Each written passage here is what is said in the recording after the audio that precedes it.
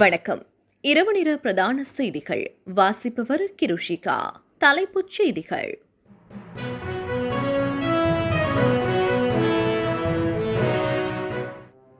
நாட்டில் லன்ஷீட் பாவனை சம்பந்தமாக எடுக்கப்பட்ட முக்கிய தீர்மானம். உதய கம்மன் பிளவிற்கு எதிராக நம்பிக்கையில்லா பிரேரணை சபாநாயகரிடம் கையளிப்பு. ஐக்கிய மக்கள் சக்தியின் வித்தியாசமான பாராளுமன்ற பிரவேசம். எரிபொருட்களின் விலையை உடன் குறைக்குமாறும் மக்களுக்கு நிவாரணம் வழங்குமாறு வலியுறுத்தியும் கினிகத்தேனையில் போராட்டம். ரஷ்யா மீது புதிய பொருளாதார தடை விதிக்குமா அமெரிக்கா? மியன்மாரில் இருந்து வெளியேறி 10,000 அகதிகள் இந்தியா மற்றும் தாய்வானில் தஞ்சம். கோவிட் தடுப்பூசி போட மறுப்பவர்களுக்கு சிறை, பிலிப்பைன்ஸ் பிரதமர் எச்சரிக்கை. டோக்கியோவில் பிரமிக்க வைக்கும் ஒலிம்பிக் கிராமம். இனி விரிவான செய்திகள். முதலில் உள்நாட்டு செய்திகள். நாட்டில் லன்ஷீட் பாவனை சம்பந்தமாக எடுக்கப்பட்ட முக்கிய தீர்மானம். அனைத்து வகையான லன்ஷீட் பாவனைகளையும் நிறுத்துவதற்கு நடவடிக்கைகள் மேற்கொள்ளுமாறு சுற்றாடல் துறை அமைச்சர் மஹிந்த அமரவீர அமைச்சின் அதிகாரிகளுக்கு தெரிவித்துள்ளார். வருடத்திற்கு 106 தொன் லன்ஷீட்கள் நாட்டில் உபயோகிக்கப்படுவதாகவும் உக்கிப்போகும் தன்மை கொண்ட லன்ஷீட்களின் உற்பத்தியினை மேற்கொள்வதாக பல நிறுவனங்கள் தெரிவித்திருந்தாலும் இதுவரை அதற்கான எந்த முயற்சியும் மேற்கொள்ளப்பட்டதாக தெரியவில்லை. ஆகவே இத்தீர்மானம் எடுக்கப்பட்டுள்ளதாக அவர் தெரிவித்துள்ளார். உதய கம்மன் பிளவிற்கு எதிரான நம்பிக்கையில்லா பிரேரணை சபாநாயகரிடம் கையளிப்பு. எரிபொருள் விலையேற்ற விடயத்தினை கருத்தில் கொண்டு வலுசக்தி அமைச்சர் உதய கம்மன் பிளவிற்கு எதிரான நம்பிக்கையில்லா பிரேரணையை ஐக்கிய மக்கள் சக்தி இன்றைய தினம் சபாநாயகரிடம் கையளித்துள்ளது. 43 பாராளுமன்ற உறுப்பினர்களின் கையெழுத்துடன் இந்த நம்பிக்கையில்லா பிரேரணை சபாநாயகரிடம் கையளிக்கப்பட்டுள்ளதாக ஐக்கிய மக்கள் சக்தியின் பாராளுமன்ற உறுப்பினர் லக்ஷ்மன் கிரியல்ல தெரிவித்துள்ளார். ஐக்கிய மக்கள் சக்தியின் வித்தியாசமான பாராளுமன்ற பிரவேசம். நாட்டில் மேற்கொள்ளப்பட்ட எரிபொருள் விலையேற்றத்தினை கண்டிக்கும் வகையில் இன்று ஐக்கிய மக்கள் சக்தியின் பீடக்கோட்டையில் உள்ள பிரதான காரியாலயத்திலிருந்து வாகன பேரணியொன்று பாராளுமன்றம் வரை வந்தது. இந்த பேரணி எதிர்க்கட்சித் தலைவரும் ஐக்கிய மக்கள் சக்தியின் பிரதானியுமான சஜித் பிரேமதாசவின் தலைமையில் மேற்கொள்ளப்பட்டது.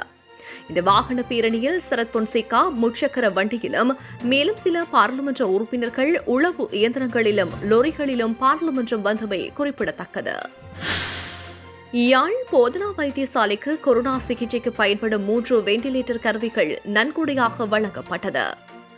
இன்று காலை 10 மணிக்கு யாழ்ப்பாணம் போதனா வைத்தியசாலையில் இடம்பெற்ற நிகழ்வில் மத அனுஷ்டானங்களுடன் வெண்டிலேட்டர் உபகரணங்கள் கையளிக்கும் நிகழ்வு இடம்பெற்றது. சில வருடங்களுக்கு முன்னர் காலமான தம்பிகை பிரேராவின் தகப்பனான திரு கே.டி. சிறிசேன, அவரின் மாமனாரான வில்லியம் ஆரிய ராஜா ஆகியோரின் நினைவாக இந்த நன்கொடை அவர்களது குடும்பத்தால் வழங்கப்பட்டுள்ளது. மேலும் தம்பிகே பெரேரா அவர்களின் தாயாரான சுமனா முனசிங்க நீண்ட ஆயுளுடன் வாழ வேண்டும் என கருதி இந்த நன்கொடை வழங்கப்பட்டது.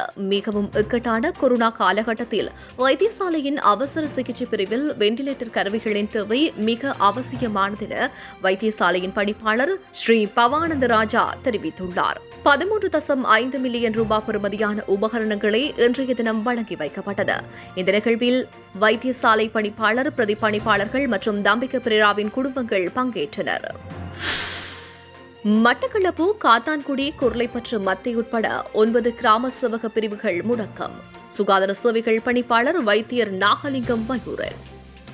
மட்டக்களப்பு காத்தான்குடி சுகாதார வைத்திய அதிகாரி பிரிவில் 8ஆம் கிராம சேவக பிரிவும் கொர்லைப்பற்று மத்தியில் ஒரு பிரிவு உட்பட 9 கிராம சேவகர் பிரிவுகள் இன்று செவ்வாய்க்கிழமையில் இருந்து தனிமைப்படுத்தப்பட்டு முடக்கப்பட்டுள்ளதாக மட்டக்களப்பு பிராந்திய சுகாதார சேவைகள் பணிப்பாளர் வைத்தியர் நாகலிங்கம் வயூரன் தெரிவித்தார்.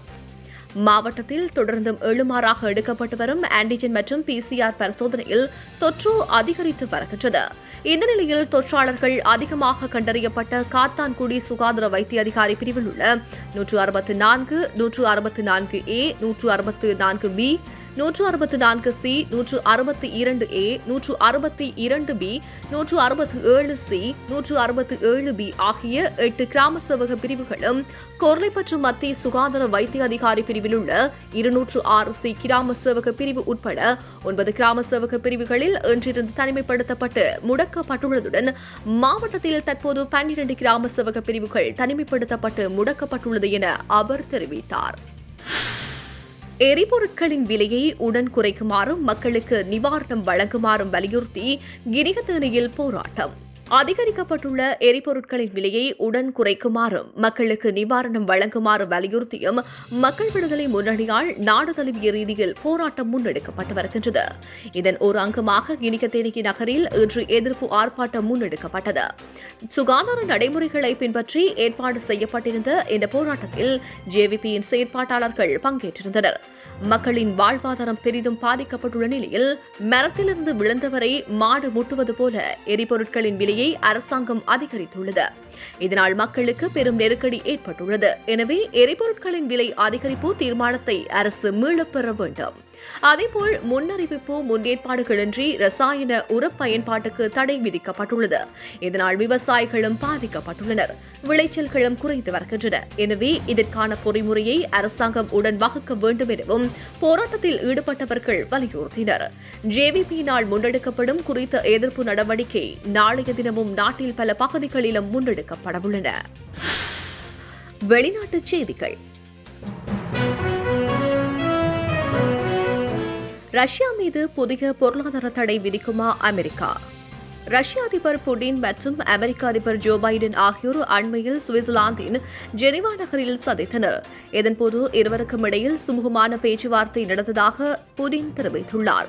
எனினும் ஏற்கனவே அமெரிக்கா ரஷ்யா மீது பொருளாதார தடை விதிக்க முக்கிய காரணமாக அமைந்த ரஷ்ய எதிர்க்கட்சித் தலைவர் அலெக்சி நவால்னியின் கைது பற்றியும் பைடன் கேட்டதாக தெரிவிக்கப்படுகின்றது.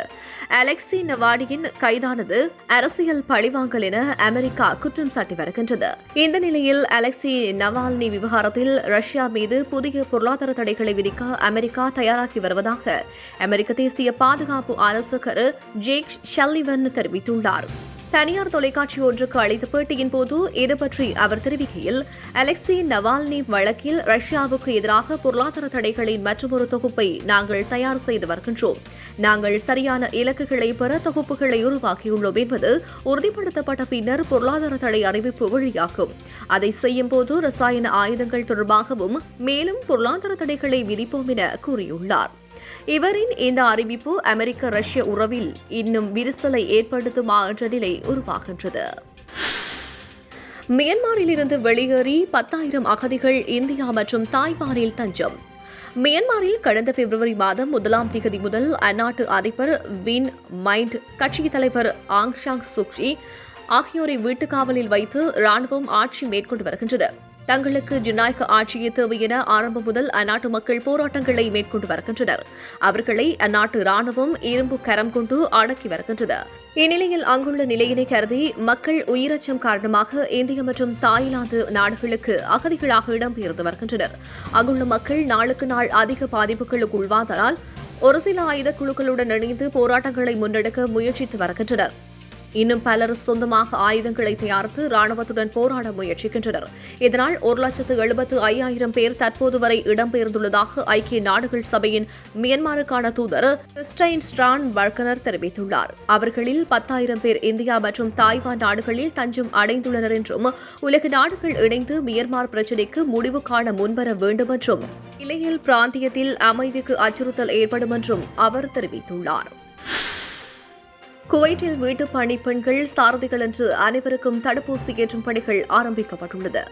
குவைட் நாட்டில் ஆர்டிகல் 20 விசா கொடுக்கப்பட்டுள்ள அனைவரும் வீட்டு தொழிலாளர்களாக கருதப்படுகின்றனர். எனவே அவர்கள் அனைவருக்கும் தடுப்பூசி ஏற்றும் பணிகளை இவ்வாரம் முதல் அந்நாட்டு அரசு ஆரம்பித்துள்ளது. இதில் முக்கியமாக வீடுகளில் பணிபுரியும் வீட்டு பணிப்பெண்கள், சாரதிகள் ஆகியோருக்கு முன்னுரிமை வழங்கப்படுகின்றது.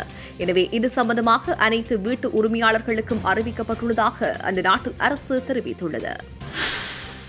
கோவிட் தடுப்பூசி போட மறுப்பவர்களுக்கு சிறை, பிலிப்பைன்ஸ் பிரதமர் எச்சரிக்கை. பிலிப்பைன்ஸ் நாட்டில் இதுவரை 13,64,239 பேர் கொரோனா தொற்றினால் பாதிக்கப்பட்டுள்ளனர். 23,000க்கும் அதிகமானோர் உயிரிழந்துள்ளனர். தொற்றின் தாக்கம் இன்னும் நீடித்துக் கொண்டிருக்கும் நிலையில் அந்நாட்டில் தடுப்பூசி வழங்கும் பணிகள் ஆரம்பிக்கப்பட்டுள்ளது. எனினும் 10 கோடி மக்கள் தொகையை கொண்ட பிலிப்பைன்ஸில் இந்த வருட இறுதிக்கு 7 கோடி மக்களுக்கு தடுப்பூசி வழங்க திட்டமிட்டுள்ளதாக அந்நாட்டு பிரதமர் ரொட்ரிகோ டுட்ராடே தெரிவித்துள்ளார். தடுப்பூசி வழங்கும் பணிகள் ஆரம்பிக்கப்பட்டாலும் தடுப்பூசியை பெற்றுக்கொள்ளும் மக்களின் தொகை மிகவும் குறைவாக காணப்படுவதாகவும் இதுவரை பிலிப்பைன்ஸில் 2.1 மில்லியன் மக்கள் மாத்திரமே தடுப்பூசி பெற்றுக் கொண்டுள்ளனர் என்றும் அரசின் அறிவுறுத்தல்களை பின்பற்றாமல் புறக்கணிக்கும் மக்கள் மீது நடவடிக்கை மேற்கொள்ளும் வகையில் தடுப்பூசி பெற்றுக்கொள்ள மறுப்பவர்களுக்கு சிறை தண்டனை வழங்கப்படும் என்றும் அவர் எச்சரிக்கை விடுத்துள்ளார். நைஜீரியாவில் பயங்கரவாத அச்சுறுத்தலால் மூடப்படும் பள்ளிக்கூடங்கள். ஆப்பிரிக்க நாடான நைஜீரியாவில் பல வருடங்களாக ஆதிக்கம் செலுத்தி வரும் போகோ ஹரம் பயங்கரவாத அமைப்பு கடந்த பல மாதங்களாக பள்ளிகளுக்குள் புகுந்த மாணவர்களை கடத்தி வருவதுடன் அவர்களை பிணை கைதிகளாக வைத்து தங்களுக்குரிய காரியங்களை சாதித்து வருகின்றனர்.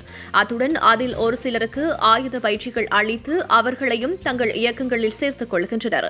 இந்த நடவடிக்கைகளில் மேலும் பல பயங்கரவாத அமைப்புகளும் தற்போது ஈடுபட ஆரம்பித்துள்ளன. மாணவர்களை கடத்தும் இந்த இயக்கங்களில் நடவடிக்கைகளை கடந்த சில மாதங்கள் அதிகரித்து வருகின்றன. இவ்வாறான நடவடிக்கைகளில் ஆசிரியர்கள், பள்ளிக்கூடங்களில் பாதுகாப்பில் ஈடுபடும் பணியாளர்கள் என்று பலரும் கொல்லப்பட்டுள்ளனர். இந்த நிலையில் நைஜீரியாவின் வடமேற்கு பகுதியில் அமைந்துள்ள ஹோபி மாகாணத்தில் பயங்கரவாத அச்சுறுத்தல் காரணமாக பாதுகாப்பு இல்லாத பள்ளிக்கூடங்களை மூட மாகாண அரசு உத்தரவிட்டுள்ளது. அதன்படி அந்த மாகாணத்தில் தற்போது வரை 7 பள்ளிக்கூடங்கள் மூடப்பட்டுள்ளன. மாகாணம் முழுவதும் உள்ள பள்ளிக்கூடங்களின் பாதுகாப்பு குறித்து ஆய்வு செய்யப்பட்ட பின்னர் மேலும் பல பள்ளிக்கூடங்கள் மூடப்படும் என அங்கிருந்து வரும் தகவல்கள் தெரிவிக்கின்றன.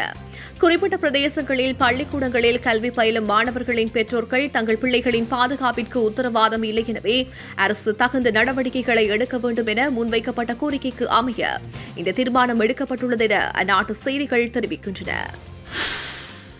விளையாட்டுச் செய்திகள்.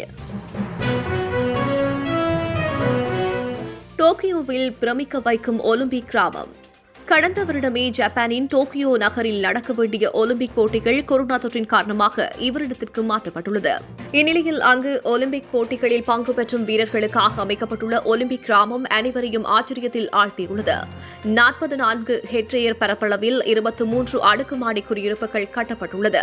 பொதுவாக மிகப்பெரிய விளையாட்டுப் போட்டிகளுக்கு அதற்கான கிராமம் ஒன்று கட்டப்படும். எனினும் ஜப்பான் கட்டியுள்ள இந்த கிராமம் உலகில் உள்ள அனைவரையும் திரும்பி பார்க்க வைத்துள்ளது. வீராங்கனைகள், பயிற்சியாளர்கள், வெளிநாட்டு பிரதிநிதிகள் உள்ளிட்டோர் சகல வசதிகளுடன் ஆங்காங்கே அலையாமல் குறிப்பிட்ட ஓர் இடத்தில் தங்குவதற்காக கட்டமைக்கப்பட்டுள்ள பிரத்யேக வளாகம்தான் இந்த கிராமம். இம்முறை டோக்கியோ ஒலிம்பிக் போட்டிகளுக்காக ஜப்பானில் டோக்கியோ ஒலிம்பிக் கிராமம் உருவாக்கப்பட்டுள்ளது. 23 அடுக்குமாடி குடியிருப்புகள், வீராங்கனைகள் உட்பட சுமார் 18,000 பேர் தங்குவதற்கான அறைகள், பயிற்சி மையங்கள், உடற்பயிற்சி கூடங்கள், 4,500 பேர் அமர்ந்து உணவருந்தக்கூடிய மிகப்பெரிய உணவு கூடம், பல்பொருள் அங்காடி, மருத்துவமனை, தபாலகங்கள், வங்கி, பொதிகளை விநியோகிக்கும் சேவைகள், தனி வாகனங்கள் என இல்லாத வசதிகளே இங்கில்லை. போட்டியினை நடத்த தயாராக உள்ளதனை உலகிற்கு காட்டுவதற்கு பல ஆயிரம் கோடிகளை செலவிட்டு நிர்மாணித்த இந்த 44 ஹெக்டேயர் கொண்ட ஒலிம்பிக் நகரத்தினை ஊடகங்கள் வாயிலாக வெளிக்கொண்டு வந்துள்ளது டோக்கியோ ஒலிம்பிக் அமைப்பு குழு. 1964ஆம் ஆண்டுக்கு பிறகு இந்த போட்டிகளை ஜப்பான் மீண்டும் நடத்தவுள்ளது. எதிர்வரும் ஜூலை மாதம் 23ஆம் தேதி முதல் ஆகஸ்ட் மாதம் 8ஆம் தேதி வரை ஒலிம்பிக் போட்டிகள் நடக்கவுள்ளமை குறிப்பிடத்தக்கது. FIFA உலகக்கிண்ண கால்பந்தாட்ட போட்டிகளுக்கான 90% பணிகள் நிறைவடைந்துள்ளன. கட்டார் தெரிவிப்பு. உலக பணக்கார நாடுகளில் முதலிடத்தில் இருக்கும் கட்டார் 2022ஆம் ஆண்டுக்கான உலகக்கிண்ண கால்பந்தாட்ட போட்டிகளை நடத்தவுள்ளது. தங்கள் நாடு உலக கிண்ணத்தை நடத்த 90% தற்போதே தயாராகியுள்ளதாக கட்டார் நாட்டின் மெக்சிகோ நாட்டுக்கான தூதுவர் முகமது பின் ஜவாரி தெரிவித்துள்ளார். சர்வதேச விளையாட்டுச் செய்தி நிறுவனம் ஒன்றின் நேர்காணலின் போது அவர் இந்த கருத்தினை தெரிவித்துள்ளார். மேலும் கருத்து தெரிவித்த அவர், உலகக்கிண்ண போட்டிகள் நடைபெற்ற முன்னர் மேலும் பல போட்டிகளை கட்டாரில் நடத்த திட்டமிட்டுள்ளதாகவும், தாங்கள் வகுத்துள்ள திட்டத்தின்படி ஒருவர் உலகக்கிண்ண போட்டிகளில் 2 போட்டிகளை ஒரே நாளில் நேரடியாக காண்பிப்பதற்கான வாய்ப்புகள் ஏற்பட்டுள்ளதாகவும் தெரிவித்துள்ளார். உலகக்கிண்ண வரலாற்றில் கட்டாரில் நடைபெறும் இப்போட்டிகள் மிகவும் சிறப்பாக நடைபெறும் என்று தற்போதைய விளையாட்டு ஆர்வலர்கள் கருத்து வெளியிட்டு வருகின்றனர். யூரோ கிண்ண கால்பந்தாட்ட போட்டி நிலவரம். யூரோக்கிண்ண கால்பந்தாட்ட போட்டித் தொடரின் நேற்றைய தினம் 2 போட்டிகளும் இன்று நள்ளிரவில் 2 போட்டிகளும் நடைபெற்றது. இதில் முதலாவதாக நடைபெற்ற உக்ரைன் எதிர் ஆஸ்திரியா போட்டியில் ஆஸ்திரியா அணி 1-0 என்ற அடிப்படையில் வெற்றி பெற்றது. இரண்டாவது நடைபெற்ற நெதர்லாந்து மற்றும் வடக்கு மெகடோனியா அணிகளுக்கு இடையிலான போட்டியில் நெதர்லாந்து அணி 3-0 என்ற அடிப்படையில் வெற்றி பெற்று இரண்டாவது சுற்றுக்கான இடத்தினை உறுதிப்படுத்திக் கொண்டது. நள்ளிரவு நடைபெற்ற மூன்றாவது போட்டியில் டென்மார்க் மற்றும் ரஷ்யா அணிகளுக்கு இடையிலான போட்டியில் டென்மார்க் அணி 4-1 என்ற அடிப்படையில் அபார வெற்றி பெற்றது. இவ்வெற்றியின் மூலம் டென்மார்க் அணியும் இரண்டாவது சுற்றுக்கான இடத்தினை உறுதிப்படுத்திக் கொண்டது. நான்காவதாக நடைபெற்ற போட்டியில் பலம் வாய்ந்த பெல்ஜியம் அணியும் பின்லாந்து அணியும் களம் கண்டன. எனினும் பின்லாந்து அணி பெல்ஜியம் அணிக்கு கடும் சவாலாக அமைந்தது. முதல் பாதியில் இரு அணிகளும் கோல் போடாத நிலையில் இரண்டாம் பாதியில் 72வது நிமிடத்தில் பின்லாந்து அணியினால் போடப்பட்ட ஒன்கோலின் அடிப்படையில் பெல்ஜியம் அணி முன்னிலை பெற்றது. அதன்பின் பெல்ஜியம் அணியின் நட்சத்திர வீரர் ரொமேலு லுகாலு 81வது நிமிடத்தில் பெற்ற கோலுடன் பெல்ஜியம் அணி 2-0 என்ற அடிப்படையில் வெற்றி பெற்றது. இத்துடன் தமிழோசை செய்திகள் நிறைவு பெற்றன. உடனுக்குடன் செய்திகளை அறிந்து கொள்ள தமிழோசையோடு இணைந்திருங்கள். வணக்கம்.